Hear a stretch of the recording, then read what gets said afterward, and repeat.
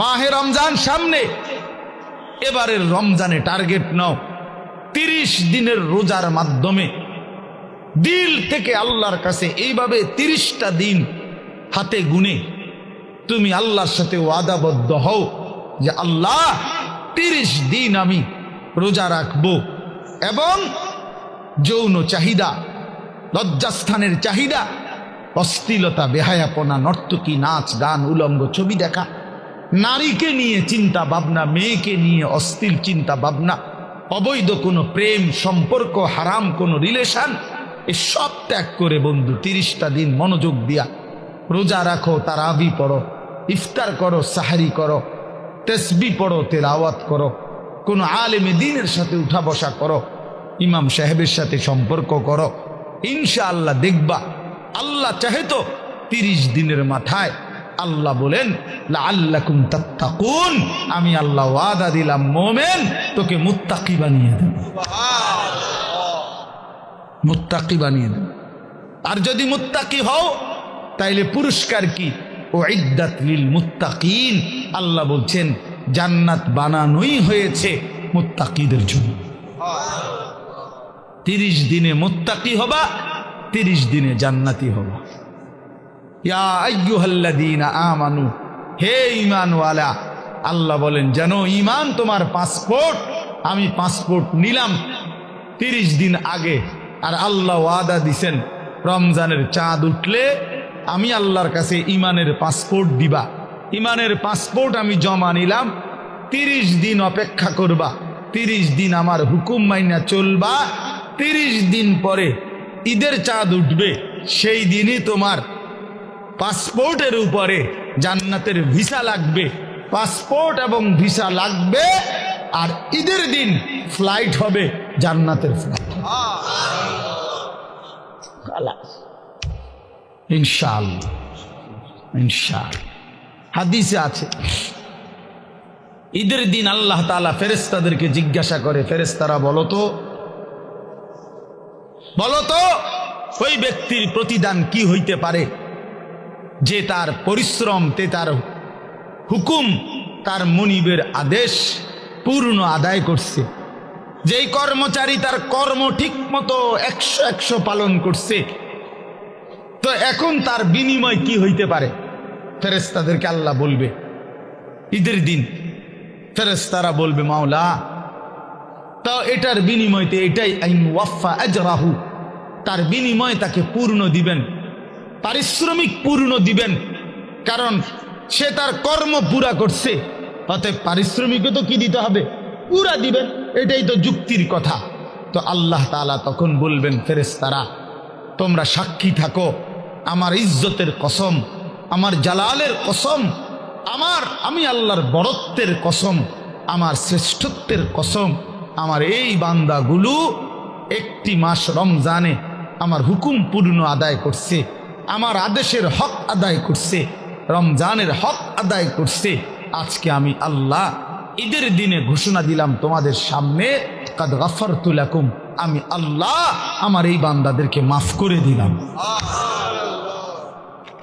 ফেরেশতারা তখন ডাক দিয়ে বলবে, তখন ফেরেশতারা নামাজি ঈদগাহের ইমানদার মুসলমানদেরকে বলবে যে ইন্নাল্লাহা কাদ গাফারা লাকুম, তোমাদের আল্লাহ তোমাদেরকে মাফ করে দিয়েছে, আমরা ফেরেশতারা নিজে শুনছি। ফারজিউ রাশিদিনা ইলা রিহালিকুম, অতএব তোমরা খুশি খুশি চিত্তে, সন্তুষ্ট চিত্তে, সফলভাবে তোমরা তোমাদের ঘরে ফিরে যাও। এই জন্য বন্ধু, এটাই আমার মূল বক্তব্য। আল্লাহ তাআলা মাহে রমজান আমাদের সামনে, আর মাত্র 30-32 দিন, খুব সম্ভব 32 দিন হবে, এরকম কতদিন? 32 দিন। আর মাত্র আমার শায়েখ আল্লামা মুফতি মুশতাকুন নবী সাহেব হুজুর এখন প্রত্যেক মাহফিলে ভাবে শিখায়, বলায় যে আর মাত্র 32 দিন মাহে রমজানের শুভ দিন। কয়দিন? আর মাত্র, বলেন না, মাহে রমজানের শুভ, আর মাত্র 32 দিন রহমত মাগফিরাতের শুভ দিন, আর মাত্র 32 দিন নাজাতের শুভ দিন, আর মাত্র 32 দিন ইফতার সাহারির শুভ দিন, আর মাত্র 32 দিন 20 রাকাত তারাবির শুভ দিন, আর মাত্র 32 দিন মুত্তাকি হওয়ার শুভ দিন, আর মাত্র 32 দিন জান্নাতি হওয়ার শুভ দিন, আর মাত্র 32 দিন লাইলাতুল কদরের মর্যাদা পাওয়ার শুভ দিন। কাউন্ট ডাউন করো, মানে গুনো, আর মাত্র 31 দিন, আর মাত্র 30 দিন, কাউন্ট ডাউন, সংখ্যা গুনো। এটা উচিত উচিত। নবীনগরের মুরব্বী এখন আসছে, আল্লাহ এখন তো এই জন্য বললাম, আমরা অনুরোধ করছি প্রিয় বাপ, বয়স্ক বাবারা, আপনারা এবার আপনাদের আপনারা বলবেন যে হুজুর আমগুলো তো কিচ্ছুই কইলেন না, কাল ফুলাইনই কইলেন। আপনাদের জন্য কথা হলো এটা বাপ, আপনাদের জন্য প্রথম জিম্মাদারি। আমি প্রতিদিন এটা বলি, আপনাদের স্ত্রী সন্তান, আপনাদের ছেলে মেয়ের ঈমান আমল আখলাক, বন্ধু আমার, বাপ আমার, এদের এই ঈমান আমল আখলাক, এইটার সংশোধন, এটার ফিকির, এটা আপনাদের মূল জিম্মাদারি, এটাই আপনাদের মূল জিম্মাদারি। আপনারা দয়া করে ঘর যদি পুরা শেষ করতে নাও পারেন, কিচ্ছুই তো না, আপনারা যদি সোফা, খাট, পালং, পরিবারের সবটা চাহিদা, মনে করেন 4 রুমে 4টা খাট দরকার, আপনি হয়তো হায়াতে থাকতে 2টা খাট ব্যবস্থা করতে পারছেন, তেমন অসুবিধা হবে না, বাকি দুটোটা হেতে বানাইতে পারবে। আপনি দেখেন বাবা, হেতে আরো সুন্দর বানাইতে পারবে। যে মকবুল ভাই দায়িত্ব নিছে, উনি নিজে কইছে। তো আমি যদি নিজের জন্য কিছুই উপলব্ধি না করি, শুধু মোবাইলটা নিয়ে ব্যস্ত থাকি, তো দিল জমে না, দিলে কথা জমে না। প্রিয় ভাই, পরিবর্তন দরকার। গতানুগতিক শুধু একটা আয়োজন করলাম, সবসময় করতে হয় এজন্য করলাম। গত বছর 17তম, তো এবার 18তম, আগামী বছর 19তম। তো প্রতি বছর করতে হয় একটা মাহফিল, এই জন্য করা, এটা যেন না হয়, তাইলে লাভ হইল কি? এই জন্য দয়া করে আজকের মাহফিলে আল্লামা মুফতি আমজাদ হোসেন সাহেব বয়ান করবেন। অনেক উঁচু মাপের একজন মুহাক্কিক আলেম, ব্যক্তিগতভাবে আমার ব্যক্তিগত মুফতি যিনি, মানে আমি ব্যক্তিগতভাবে যত মাসআলা আমার জীবনে দরকার হয়, আমার ব্যক্তিগত জীবনে সব কিছু যার কাছে জিজ্ঞাসা করি, যার সিদ্ধান্তে মেনে নেই, উনি এই মুফতি আমজাদ সাহেব। আমি ওনার ফতুয়ার উপরে খুব আস্থা রাখি, অনেক তাহকিকওয়ালা আলেম। আর এরপরে যিনি প্রধান আলোচক, তিনি তো তিনি। এই জন্য আল্লামা মুফতি আরিফ বিন হাবিব, উনি যার দ্বিতীয় কফি খুঁজে পাওয়াটাই মুশকিল। তো ওনার প্রশংসা আর কি করা, আলহামদুলিল্লাহ। বাংলাদেশ না, হাজারো লাখো ওলামায়ে কেরামের হৃদয়ের মানুষ, পছন্দের মানুষ, আস্থাভাজন মানুষ, নীরবে অতিরিক্ত কোনো লাফালাফি ফালাফালি ছাড়া এক নীরব সাধক, যে আল্লাহর কথা বলে যাচ্ছে এবং কোরআন সুন্নাহর বিশুদ্ধ তথ্যটা, যেটা আমরা খুঁজে নিতে অনেক সময় লাগত, উনি এরকম সাগর মহাসাগর বলা যায় তালাশ করে উম্মতের জন্য অনেক দামি দামি কথা, বক্তব্য উপস্থাপন করে থাকেন। সেই প্রিয় ভাই মাওলানা মুফতি আরিফ বিন হাবিব, আলহামদুলিল্লাহ, উনি আজকে আসবেন। হাফেজ আনোয়ার ভাই রসুল্লাবাদী মাদ্রাসার যিনি জিম্মাদার, ওনার লাইন আছে আমি জানি, এজন্যই এনে আসবে। সে আসলে আমরাও উনি বললে ফিরাইতারি না, ভালো মানুষ। এই জন্য আল্লাহ তাআলা আমাদের সবাইকে আল্লাহর দ্বীনের জন্যই কবুল করে নেন। এজন্য আমরা সবাই মনোযোগী হই। সবগুলো বয়ান শেষ পর্যন্ত যদি তোমরা ছেলেরা দিল দিয়া শুনো, নিজের জিন্দিগির পরিবর্তন হবে, ভালো হবে। নিজের ভালো, নিজের কল্যাণ, এটা বুঝা, এটা অনেক বড় নিয়ামত। আত্ম উপলব্ধি, আত্মসম্মান, আত্মমর্যাদা, এটা অনেক বড় নিয়ামত। যে আমি চিনলাম আসলে আমি কে, কে আমাকে বানাইলেন, কোত্থেকে আসলাম, কেন আসলাম। যিনি আমাকে বানাইলেন সেই মহান মালিক আমার, তিনি কি জন্য বানাইলেন, আমি যা করছি এটাই কি তিনি চাচ্ছেন কিনা, আর তিনি যা চাচ্ছেন আমি তা করছি কিনা। প্রতিনিয়ত যে মানুষগুলো কবরে যায়, মৃত্যুবরণ করে, কেউ নিজের ইচ্ছায় মরে না, মরতে চায়ও না, কিন্তু এক অদৃশ্য মালিক তাদেরকে নিয়ে যাচ্ছেন। কেন নিয়ে যাচ্ছেন, কোথায় নিয়ে যাচ্ছেন, শেষ পর্যন্ত এর পরিণতি কি, আমাদের গন্তব্য কোথায়, মঞ্জিল কোথায়, এই বিষয়গুলো নিয়ে ভাবা, ফিকির করা, এটা অনেক বড় নিয়ামত। আর শুধু দুনিয়া খাইলাম, ঘুমাইলাম, পেশাব পায়খানা করলাম, যৌন চাহিদা পূরণ করলাম, লজ্জাস্থানের চাহিদা পূরণ করলাম, যা মন চায় তাই করলাম। প্রিয় ভাই, এটা কাফির মুশরিকদের স্বভাব। কোরআনুল কারীমে স্পষ্ট আছে, আল্লাহ তাআলা বলেন কাফিরদের কথা হলো মা হিয়া ইল্লা হায়াতুনাদ দুনিয়া, জীবন বলতে আর কিছুই নয়, শুধুই দুনিয়া, এটাই জীবন। নামুতু ওয়া নাহইয়া, মরছি, বাঁচতেছি, কেউ মরে কেউ বাঁচে, এই জীবন।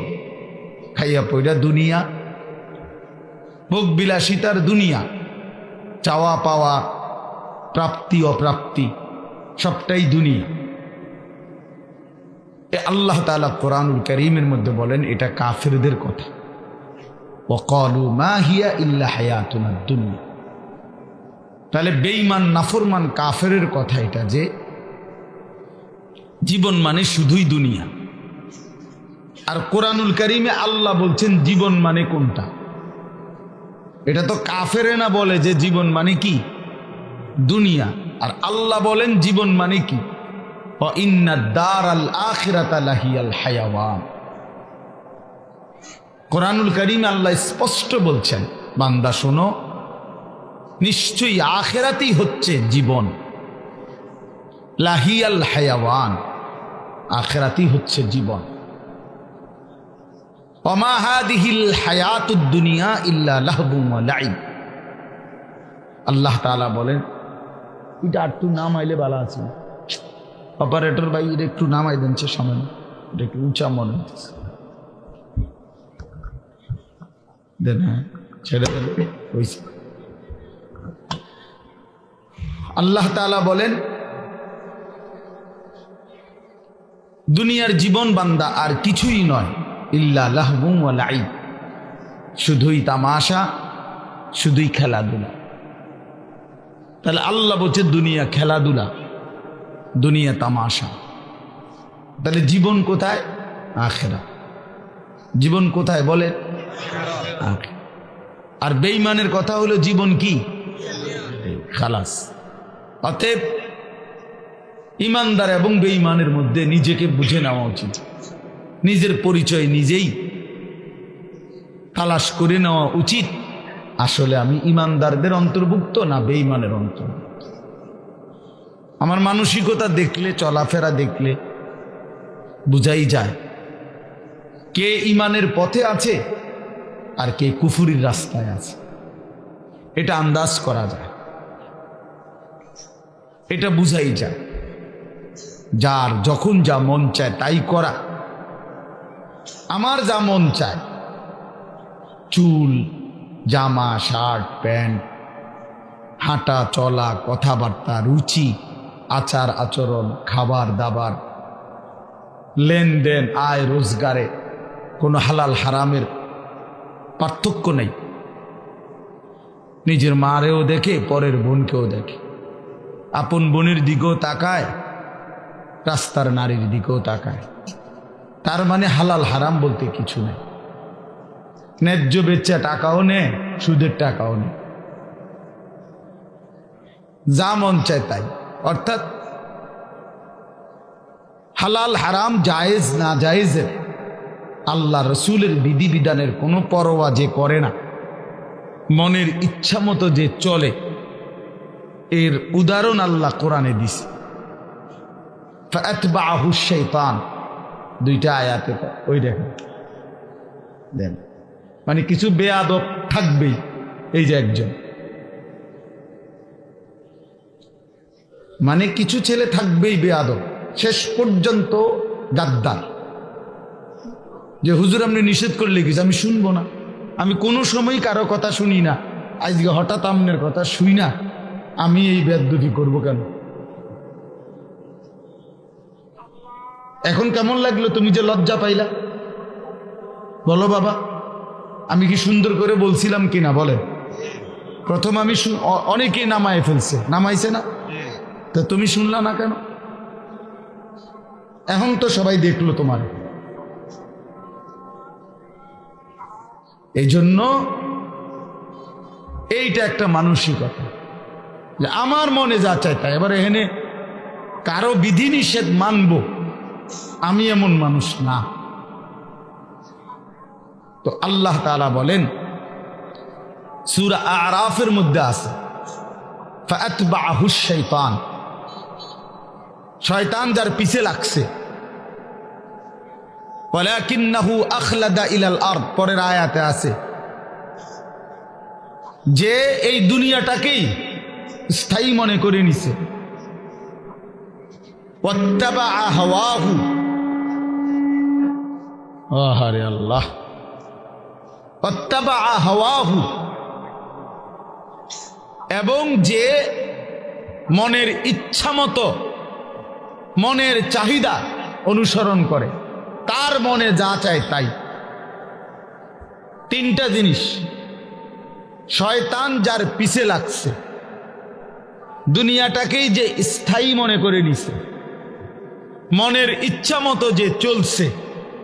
প্রিয় বাপ, সবাইকে বলি, আমাকেও বলি, আপনাদেরকেও বলি, আল্লাহর কসম কোরআনে বলছি, এখানে সব আলেম হাফেজ আছে, আর হাফেজ গো বসাই, হাফেজ গড়ার কারিগর। তো আল্লাহ তাআলা বলেন, এই আখলাক যাদের, ফামাসালুহু কামাসালিল কালব, কোরআন শরীফের আয়াত। আল্লাহ বলেন এই লোকের উদাহরণ হলো কুত্তার মতো, কুত্তার মতো, কুত্তার মতো, কুত্তার মতো, কুত্তার মতো। এটা কুত্তার মতো। কালব অর্থ কি? ফামাসালুহু কামাসালিল কালব। আল্লাহ তাআলা বলছেন, নিজের পরিচয় মিলায় নাও দোস্ত, নিজের জিন্দেগি মিলায় নাও। সারাদিনে এক ওয়াক্ত নামাজ পড়তে মন চায় নাই, আর নিজের মনে যা চাইছে তাই করলা, খালাস। নিজের পরিচয় হিসাব করে নিলে ভালো। আল্লাহ তাআলা পরিচয় দিছে, ফামাসালুহু কামাসালিল কালব, তার উদাহরণ কুত্তার মতো। ইন তাহমিল আলাইহি ইয়ালহাস আও তাতরুকহু ইয়ালহাস। আল্লাহ বলেন কুত্তার স্বভাব, দৌড়ানি দিলেও জিব্বা লম্বা করে হাঁফায়, ছাইরা দিলেও জিব্বা লম্বা করে হাঁফায়। কুত্তা দাঁড়াইয়া থাকলেও জিব্বা লম্বা করে, শ্বাস নেয় এরকম করে, আর দৌড়ানি দিলেও জিব্বা লম্বা করে শ্বাস। অর্থ হইল পাইলেও জিব্বা লম্বা করে, না পাইলেও জিব্বা লম্বা করে। জিহ্বা লম্বা। এই জন্য দোস্ত আল্লাহ তাআলা স্পষ্ট পরিচয়। এরপরে যদি কারো লজ্জা না হয় তো তারে আর কি করব? এরপরে যদি কারো বিবেক না থাকে, যারে যা বেড়া আমারে কুত্তা কক শুয়োর কক, আমার বেড়ি আমি সামু, আমি মোবাইলে সামু চাই, আবার কিতাক মানুষ কক না গরু নলে ছাগল, আমি নারী দেখবই, আমি ছবি দেখবই, আমি অশ্লীল দৃশ্য দেখবই, আমি সেজদা দেব না। আরো যদি আমারে যদি কুত্তার তুনু নিচে নামায় দেও, আমি নিলাম না, আমার গায়ে লাগাইলাম না, আমি আমার মতো চলবই, তো ঠিক আছে ভাইয়া, ঠিক আছে। লাস্তা আলাইহিম বিমুসাইতির, আল্লাহ বলছে নবী আপনি কারো উপরে বল প্রয়োগকারী না যে তারে যাইতটা দইরা নহলে তোর কল্লা হালাই দেবো তুই যদি নামাজ না ফরস, এমন এমন জিম্মাদার আপনি না। কথা বুঝেন নাই? সর্বোচ্চ বলা, সর্বোচ্চ পৌঁছিয়ে দেওয়া। ইন উরিদু ইল্লাল ইসলাহা মাসতাতাতু, আল্লাহ বলছে নবীরা বলতেন হে আমার জাতি তোমাদের সংশোধন চাই আমার সাধ্যে যেটুকু আছে এটুকু দিই। মাসতাতাতু অর্থ হলো আমার সাধ্য মতো, আমি যেদূর পারছি এদূর, আমি যেদূর বলার সুযোগ পাইছি এদূর, যেদূর চেষ্টা করছি বুঝাইতে এদূর, এরপরে আর কিছু করার নাই। তুমি যদি নিজেই নিজেকে বরবাদ করে দাও, ঠিক আছে, ঠিক আছে ভাইয়া চলো, অসুবিধা কি? কারো দিনই থামে না, কারো রাতই আটকায় না, কেউ কারো জন্য দুনিয়ায় থামে না। আমার মৃত্যু তোমার লেগে আটকাইবে না, তোমার মৃত্যু আমার জন্য আটকাবে না, কারো জন্য আটকাবে না। প্রত্যেকেই একদিন আপন গন্তব্যে আপন কবরে ফিরেই যাবে। আর কেউ না মরলেও আমি মরে যাব, আমি না মরলেও তুমি মরে যাবে, মানে কেউ কারোর জন্য আটকাবে না। এই জন্য দোস্ত এটা কোরআন থেকে বললাম। আল্লাহ তাআলা বলেন আরাআইতা মান ইত্তাখাযা ইলাহাহু হাওয়াহু আফা আনতা তাকুনু আলাইহি ওয়াকিলা আম তাহসাবু আন্না আকসারাহুম ইয়াসমাউনা আও ইয়াকিলুন ইনহুম ইল্লা কাল আনআমি বাল হুম আযাল্লু সাবিলা। অর্থ হলো, সংক্ষেপে বলতেছি, একই কথা। আল্লাহ বলছে মনের ইচ্ছাকে যে নিজের খোদা বানিয়ে ফেলছে, আল্লাহ বলে তার পরিচয় আর কিছুই নয়, শুধুই জানোয়ার। ইনহুম ইল্লা কাল আনআম, সে আর কিছুই নয়, শুধুই জানোয়ার। আনআম মানে কি? চতুষ্পদ জন্তু, এটা না? বাল হুম আযাল্লু সাবিলা, আল্লাহ বলেন বরং সে জানোয়ারের চাইতেও বেশি পথ হারা, গুমরাহ। কেন? এক কুকুরও বুঝে এই লাঠিটা যে উঠাইছে ওটা দিয়ে আমারে মারবে, তাই জন্য কুকুর ভাগ্যা যায়। তাহলে কুকুরেরও এদূর আকল আছে যে আমারে এই লাঠির থেকে বাঁচা উচিত, কিন্তু এই জানোয়ারে, এই চতুষ্পদ জন্তু বুঝে না যে এই গুনাহ আমারে জাহান্নামের আগুনে জ্বালায় ফেলবে, এটাও যে বুঝে না, এতটুকু আকলও যার কাজ করে না। এই জন্য আল্লাহ বলছে বরং সে জানোয়ারের চাইতেও বেশি পথ হারা। বাল হুম আযাল্লু সাবিলা, জানোয়ারে যে দূর রাস্তা চিনে, আল্লাহ বলছে এ দূরও চেনে, এতটুকু চেনে, তার চাইতে বেশি পথ হারা, তার চাইতে বেশি পথ হারা। হাইওয়ান জানোয়ার তো এটা বুঝে যে আমার উপরে শরীয়তের কোনো বিধানে নাই, তো আমার আর হালাল হারাম কিতা? কথা বোঝেন না? গরু ছাগলের কোনো হালাল হারাম কিছু আছে? পাক নাফাক কিছু আছে? জায়েজ না জায়েজ কোনো কিছু আছে? আখেরাত পরকাল বিচার আচার মিজান ফলসেরাত এটা কিছু আছে? কিচ্ছু না, কিচ্ছু না। তাইলে কুকুর খারাইয়া মুতলেই কি, বইয়া মুতলেই কি, কিন্তু মানুষ নামের এই কুকুর খারাইয়া মতে কেন?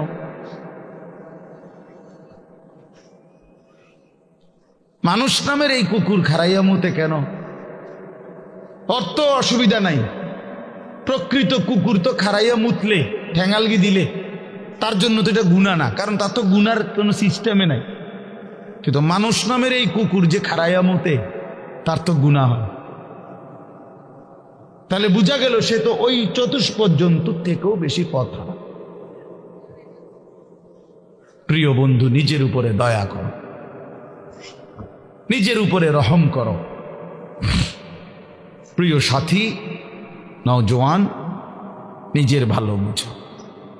এই জন্য বললাম আত্মপরিচয়, আত্ম উপলব্ধি অনেক বড় নিয়ামত। নিজেকে বুঝা, নিজেকে চেনা, আত্মসম্মান। মানুষের আত্মসম্মান বড় সম্পদ। অনেক মানুষ আছে পৃথিবীতে আত্মমর্যাদার কারণে প্রয়োজনে না খাইয়া মরে যায়, কিন্তু মাথা নোয়ায় না কারো কাছে।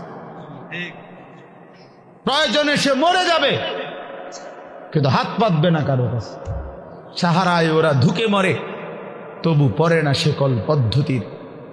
এটা আমরা কবি নজরুলের কবিতায় পড়ছিলাম যে কেন আল্লাহ তাআলা নবী সাল্লাল্লাহু আলাইহি সাল্লামের জন্য মক্কার কুরাইশদেরকে অধিকাংশ সাহাবী হিসাবে নির্বাচন করলেন কেন? পৃথিবীতে একমাত্র জাতি ছিল মক্কার কুরাইশরা, যারা প্রয়োজনে সাহারা মরুভূমিতে মরে যাবে দুকে দুকে, কিন্তু কারো গোলামি, কারো সামনে ঘাড় নোয়ানো, কারো পরাধীনতা স্বীকার করা, এইটা তাদের স্বভাবে ছিল না। এই জন্য আরব উপদ্বীপে এই মক্কার জনগোষ্ঠীর উপরে তৎকালীন যুগে দুইটা সুপার পাওয়ার ছিল। একটা ছিল রোম সাম্রাজ্য, একটা ছিল পারস্য সাম্রাজ্য।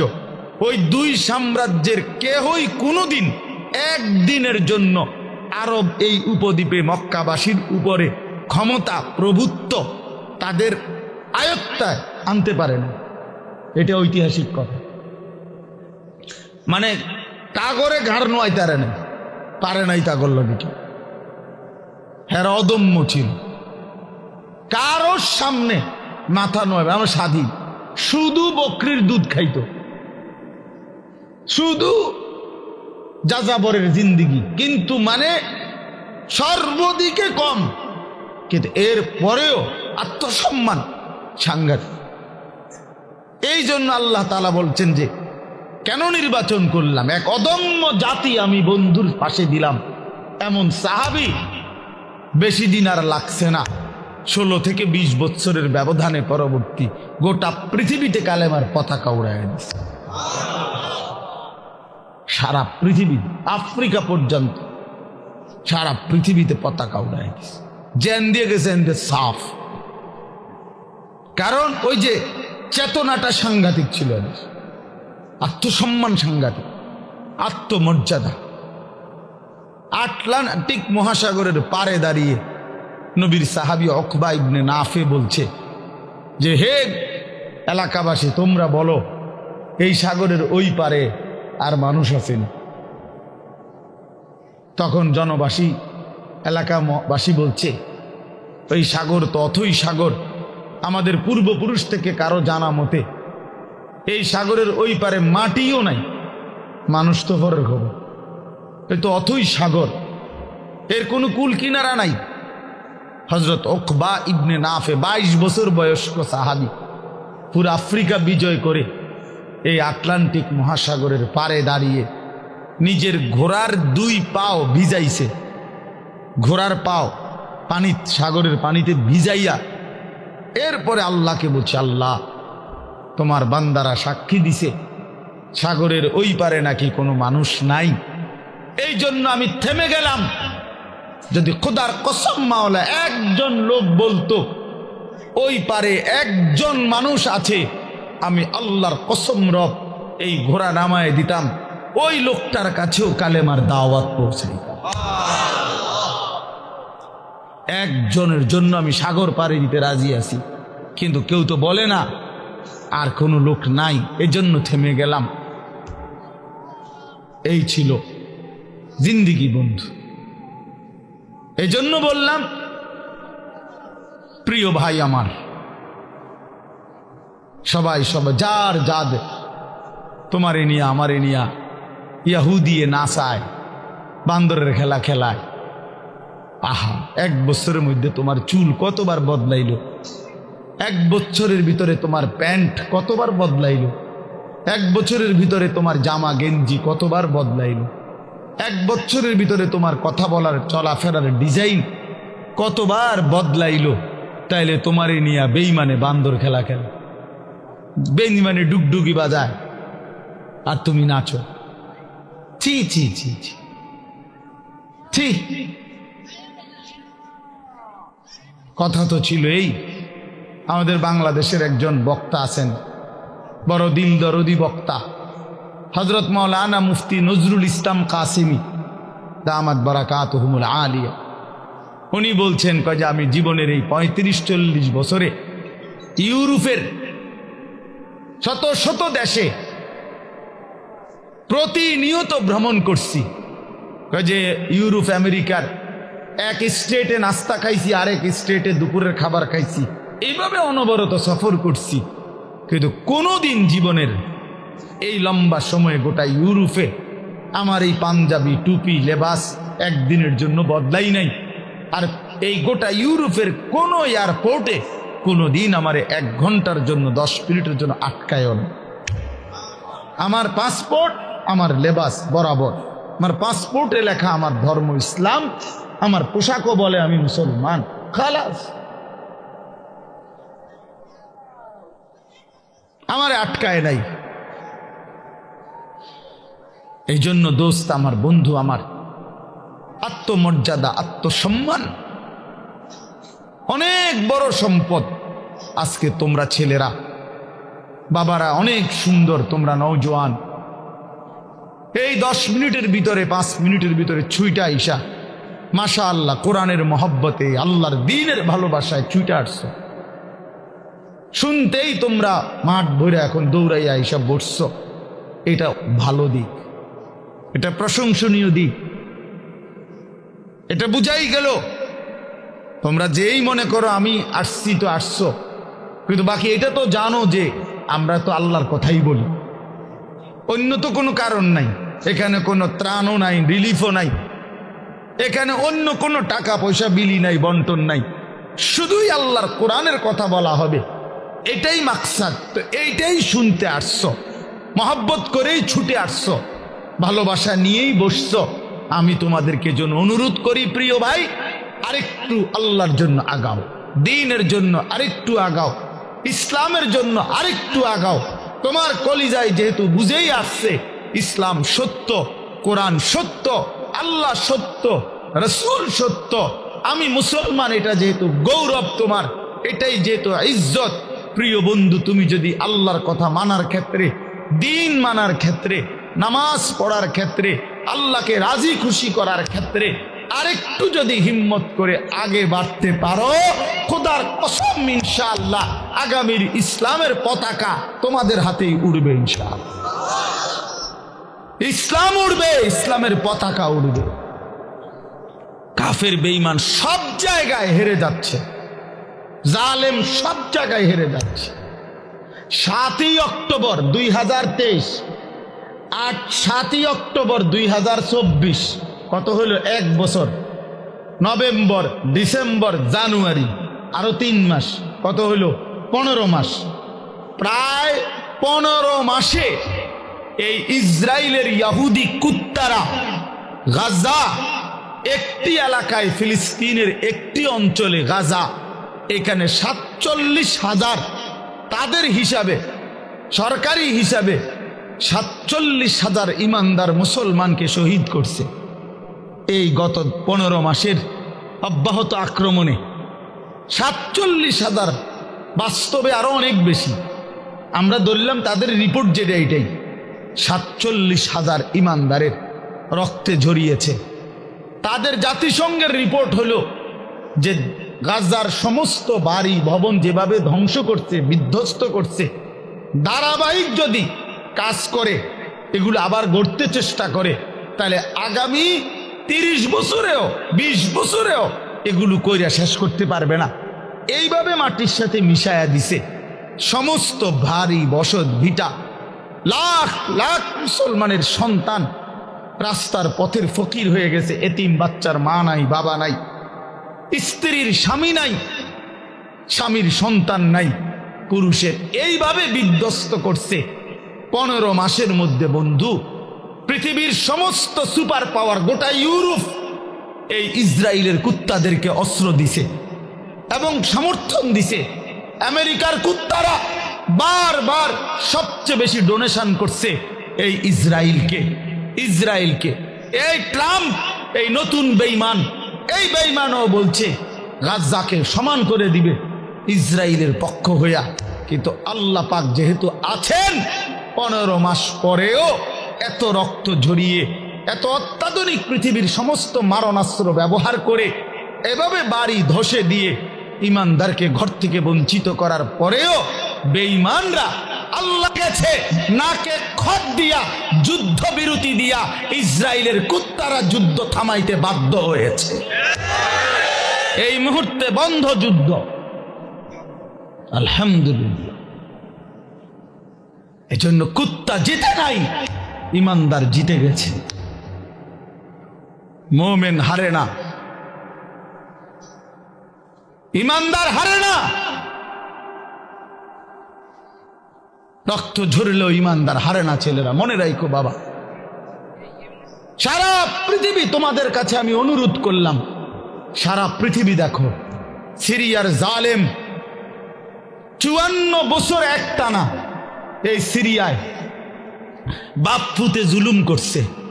54 বছরের স্বৈর শাসক ফ্যাসিস্ট, 54 বছর একটানা তারা দুইজনে বাপ পুতে জুলুম করছে। 5 লক্ষ সরকারি হিসাবে 5 লাখ ইমানদার মুসলমানকে শহীদ করছে সিরিয়াতে।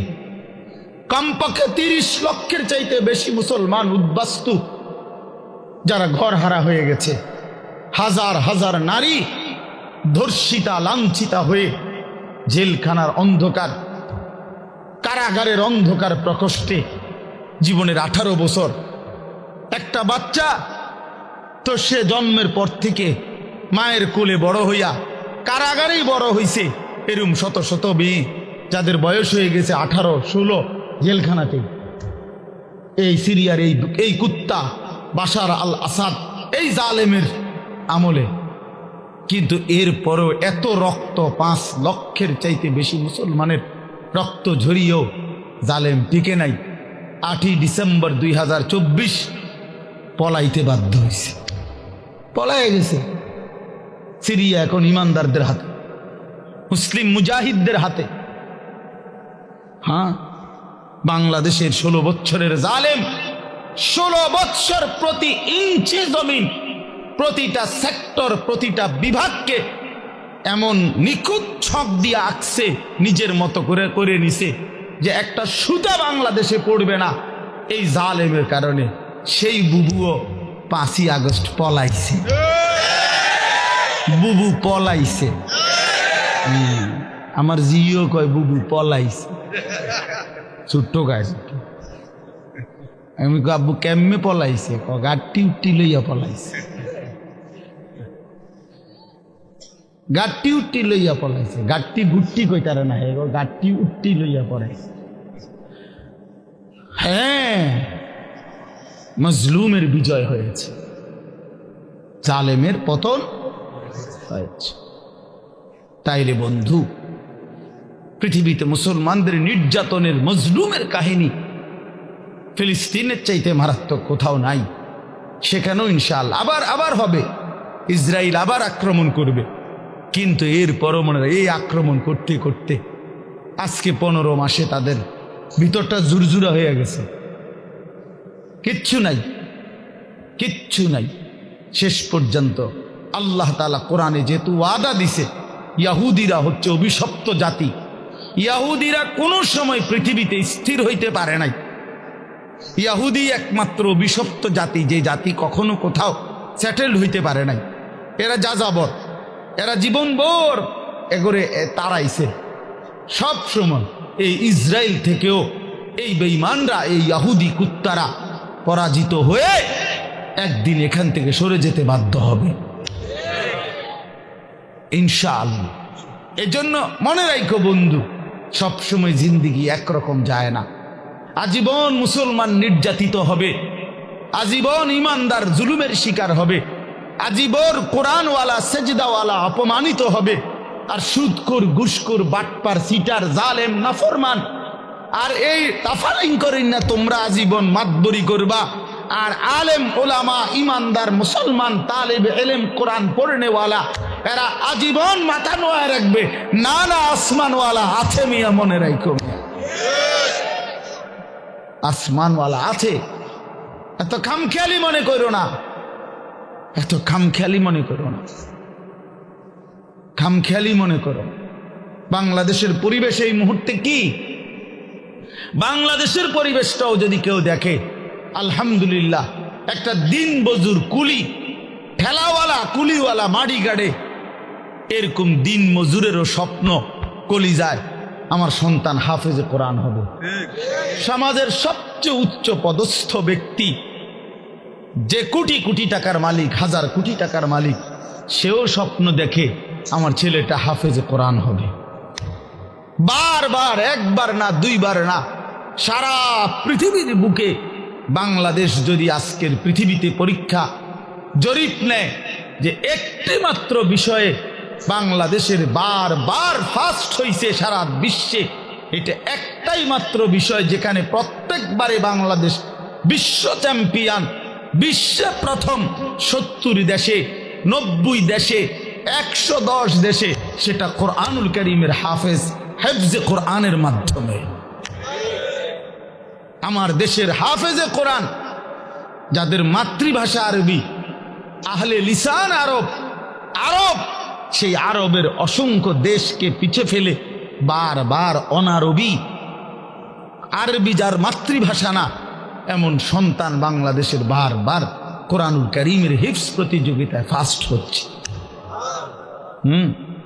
সেদিন আল্লামা খালেদ সাইফুল্লাহ আইয়ুবী সাহেব বলতেছিলেন, আমার দেশের তাকরিম, যেই ছেলে বারবার সারা বিশ্বে স্বর্ণ পদক পাইছে, হাফেজ সালেহ আহমদ তাকরিম, উনি বলছেন যে আমার স্বপ্ন যদি কোনোদিন কাবা শরীফের মধ্যে আল্লাহর ঘরে কোনোদিন অনারবি কোনো ইমাম রাখে, তো হতে পারে একদিন তাকরিম আগামী দিনে কাবার ইমাম হবে। আর এটা আল্লাহর জন্য অসম্ভব, আল্লাহর জন্য অসম্ভব, এটা সম্ভব। ওমা যালিকা আলাল্লাহি বিআজিজ।